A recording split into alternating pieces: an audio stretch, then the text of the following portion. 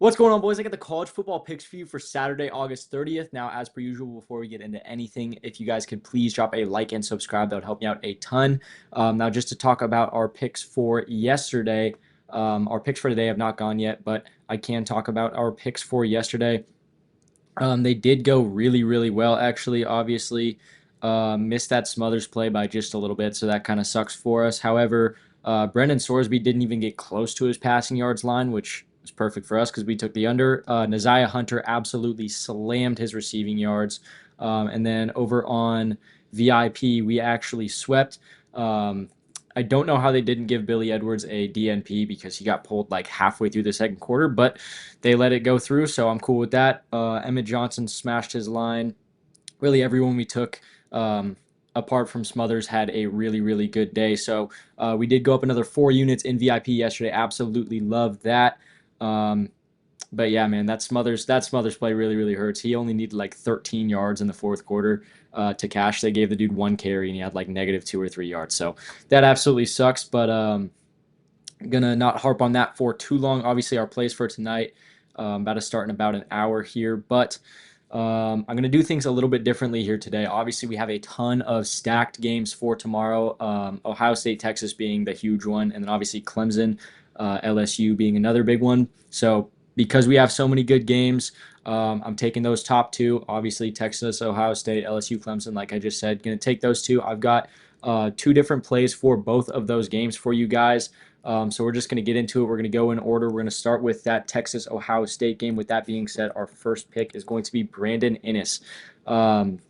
Now, this guy did not get a whole ton of playing time last year. Obviously, their receiving core was absolutely stacked. Obviously, Jeremiah Smith, Egbuka just went to the league, and then Carnell Tate is an absolute dog as well. But Brandon Inniss is expected to take over that Egbuka role that he had last year. More of a slot guy, just a really technical route runner kind of guy, according to those Ohio State coaches. So that's really good. And then on top of that, just 2 weeks ago, Brandon Inniss was named one of the captains for this Ohio State team, along with Caleb Downs and Sonny Styles. So obviously, very, very good company in that captain room. So they have a lot of trust in this guy to be naming him captain.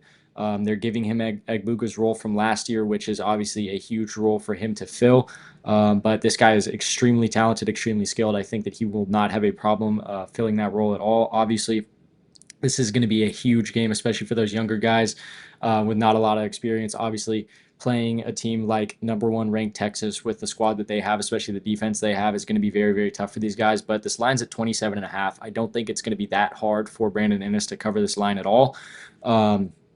I'm expecting quite a shootout. Obviously, both those defenses are extremely, extremely good. However, both these offenses are just so stacked that I don't see any way that this isn't a over 6.5 touchdown game, over 8.5 touchdown game, really, whatever you want to call it. I think it's going to be over 8.5 touchdowns. Um, but yeah, I think this game is going to be an absolute gem to watch. This game's probably honestly going to be feeding families. This is going to be great. With that being said, our second play, obviously, right here, going to be Quintravion Wisner. They had his line at 13.5 when I took him. They dropped it to 13. I don't know why they dropped it to 13. I thought that 13.5 was a little bit low. Sarkisian did come out and say that they're going to be running CJ Baxter a little bit more than they did last year. However, last year he was a third string running back, so really not too worried about that. In the last 10 games last season for Texas, including those playoff games, Wisner only missed this line a single time. So he just gets a ton of carries. And then, I mean, he hit this line 9 out of however many games they played. I want to say it was like 14 games, 9 out of 14, something like that. And 9 of those were in the last 10 games. So he's been getting a ton of carries. They're putting a ton of trust in this guy. And then also some of those closer games against those ranked opponents, they do like to run him a little bit more. So that's really beneficial for us. Obviously, that last game against Ohio State where they lost, he did have 17 carries, and they were actually losing pretty much the entire game. Obviously, that game ended 28-14 in favor of Ohio State, and he still hit his carries with no issue at all. So I really don't see a problem with this one either. Obviously, again, I was talking about it with Ohio State a little bit. The flip side of that for Texas is they've got some young guys on offense. Obviously, Arch Manning just going into his sophomore season here. he's going to have a little bit of an issue against that Ohio State defense. They've got a ton of studs returning. Obviously, Caleb Downs is one of, if not the best defensive player in college right now. So that's going to be a bit of a hump for Arch to get over. And I think that they're going to use Wisner to fall back on if Arch is not playing very good, or just to mix things up, get him in the flow a little bit. So I absolutely love that play. Now we're going to move into the Clemson LSU game. Super, super pumped about this one too. A lot of really good plays here. Obviously, with that being said, our first one's going to be Antonio Williams. We're taking him over 60.5 receiving yards. His line earlier when I got him was 61.5, so they dropped it by a yard. Obviously, really not that big of a difference, but this guy is an absolute stud for Clemson. Going into his senior season, him and Klubnik have had a few years together under their belts, so I think that this is going to be an absolute, really, really great performance for the both of them. Obviously, this should be a complete shootout. Clemson's defense is a little bit better than LSU's. LSU's defense is not terrible, but they're really just not that great at all. Um, so I think that, again, just like Ohio State, Texas, I think this one's going to be an absolute shootout. A lot of passing and receiving yards on both sides of the ball. But yeah, this dude is an absolute dog. Obviously, him and Klubnik have a ton of experience together. Just a couple days ago in an interview, they asked Klubnik how he feels about Antonio Williams.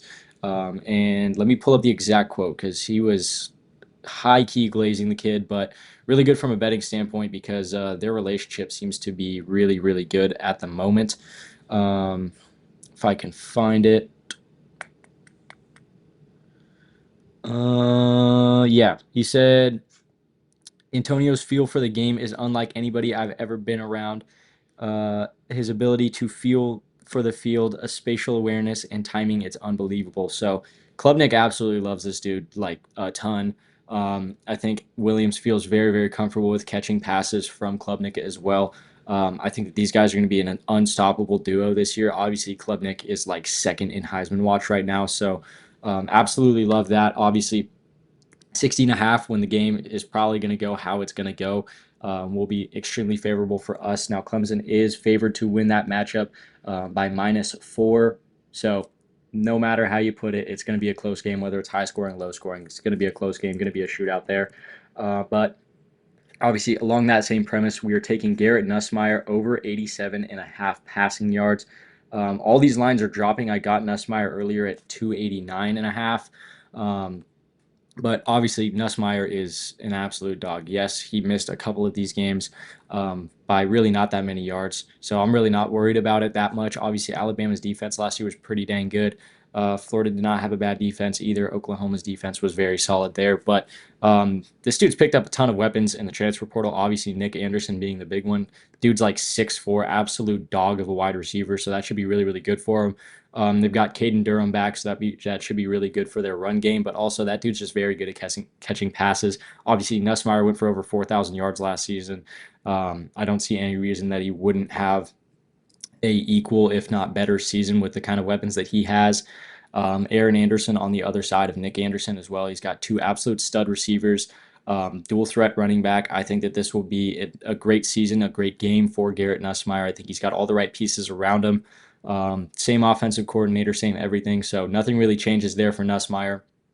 Just another year under his belt with that experience, practicing with that starting offense and everything. So again, kind of same premise as Antonio Williams. Again, this game should be an absolute shootout. These dudes should be throwing for a ton of yards. And I don't know. I mean, this one seems super, super easy in my mind. It's, again, Clemson does have a good defense. However, Nussmeier had like half of his games were over 300 yards last year. This dude throws a ton of yards, and he got another stud wide receiver in the transfer portal this year. So there's really not much more to say about that. I mean, it's just a perfect storm for us, honestly. I think that all these games, just the way that the scoring should go in both these games, should be extremely favorable for us. Now, just to run over these plays for you guys really quickly, obviously, Brandon Inniss, more than 27.5 receiving yards. Again, he's taking up that Egbuka role, which is a little bit vacant since he went to the league. So he got that. He also got the captain nod from the coaches there. So they put a lot of trust in this guy. I absolutely love that. And then obviously Contravion Wisner, more than 13 rush attempts. His line did drop down a little bit from 13.5. So I think that this dude's going to crush this line. He had 17 against OSU in that playoff game last year. Again, 9 out of the last 10 games, including those playoff games, he absolutely soared over this line. So really nothing to worry about there. Those are going to be our picks for the first game, Texas versus Ohio State. And then obviously the second game, Clemson LSU, we got Antonio Williams, more than 60.5 receiving yards. His relationship with Klubnik is outstanding. I think that these guys are going to have a great season, a great game against this LSU defense. This LSU defense was not super solid last year. Um, Made a few mistakes, but again, that Clemson offense is just going to be so good. They have like 80% of their starters returning, so absolutely love that. And then obviously Garrett Nussmeier, more than 287.5 passing yards. Again, absolute dog. They picked up some big names in the transfer portal, so this should be an absolute great game for all four of these guys. I don't see any reason that any of these lines should miss. They're all pretty easy for the talent level that these guys have. So absolutely love those picks. Obviously, as per usual, the link to my VIP picks and the link to Chalkboard are all going to be down below if you guys need to find those. Talked about VIP a little bit earlier in the video yesterday. Obviously, we did sweep VIP, so we went up another 4 units. Absolutely love that. And then just to talk about Chalkboard for you guys really quickly, obviously, as we're moving into this NFL season, betting becomes a lot more usual, common, whatever you want to call it, becomes a lot more common. A lot of people love betting on football, which can't blame you. I absolutely love it too. But if you guys want to download the Chalkboard app and throw in that code SBL when you're signing up, you guys are going to get all their free picks that they put up for every single sport every single day, as well as a free $20. No deposit required. You guys do not have to put in any money. They are paying you guys to use my code. So make sure you take advantage of that. That's super sick. And then obviously those promo packs, I've talked a ton about them in my last few videos over these last couple weeks. So if you guys want more information on those, just watch really any of those videos. You can find it easily. And then obviously that deal that I'm doing right now, if you guys download the Chalkboard app, throw in that code SBL when you're signing up and deposit at least $20 during your sign up, you guys are going to get 1 month of my free VIP picks. Again, we swept yesterday. We are now plus 36 units in the last like 3 weeks, something like that.